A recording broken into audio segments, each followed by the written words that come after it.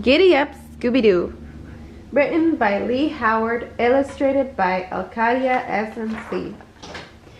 Scooby-Doo and the gang were spending a week at the Tumbleweed Ranch. "Wow," said Shaggy, "this place is cool." "Yeah," said Scooby. The gang met Slim Jim, the owner. "Welcome to Tumbleweed Ranch," he said. "I'm sorry, but you came at a bad time," Slim Jim explained. "Someone is stealing my best horses. Let us do some investigating," offered Fred.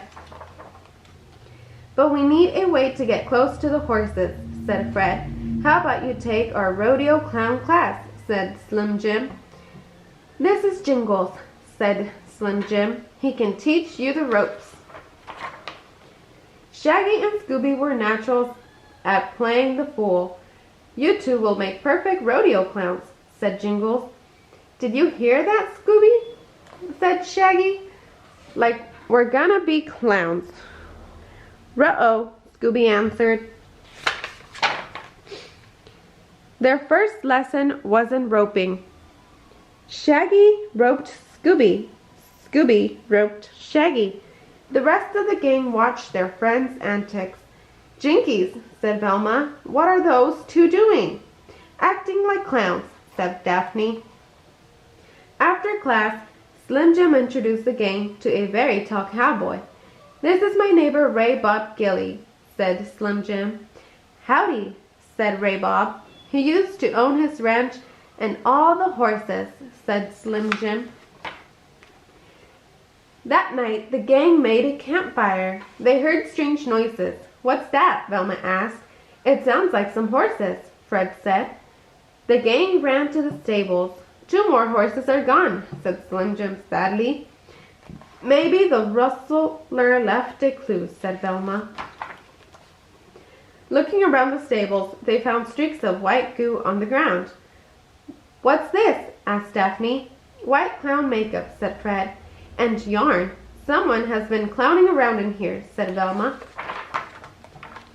The next day, Jingles taught Scooby and Shaggy how to juggle, or at least he tried to teach them. After class, Fred and Daphne followed Jingles to the stables.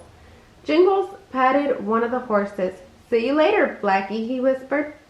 Fred and Daphne quickly hurried back to the gang. Shaggy and Scooby were toasting marshmallows with Velma. "We need to catch this horse thief in the act," said Fred. "Like how?" asked Shaggy. "We'll camp out at the stables tonight," said Daphne. Later, the gang went to their tents to wait. Soon, Shaggy and Scooby were sound asleep. Suddenly, a big scary shadow appeared outside their tent. "Ah!" Shaggy cried, waking up. Shaggy and Scooby slid deep inside their sleeping bags. "Get your lasso, Scoob. It's time for a little rope practice," Shaggy said. Outside, Scooby and Shaggy could see a dark figure leading a horse away from the stables. Scooby threw his lasso into the shadow, and amazingly enough, he caught something. "Ree-haw!" Scooby shouted. With all the noise, Fred, Daphne, and Velma came running with Jingles and Slim Jim not far behind. "We caught the horse thief," Shaggy cried. "I guess I taught you something right," Jingles grinned. "If it's not Jingles, who is it?" asked Fred. "Let's see," said Daphne. She revealed the thief's face with a flashlight. "Ray Bob Gilly," the gang shouted. Ray Bob was taken to the sheriff's station. "I was stealing back all the horses I had to sell," said Ray Bob. "You pretended to be me," said Jingles, "so I'd get the blame." "Looks like Ray Bob will be clowning around in jail," said Velma. "Thanks to you meddling kids," yelled Ray Bob. The next day, the gang enjoyed their last barbecue.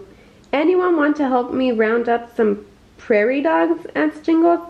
"No thanks," said Shaggy. "We're more interested in rounding up hot dogs." "Rup!" Scooby cried. "Scooby-Dooby-Doo!" The end.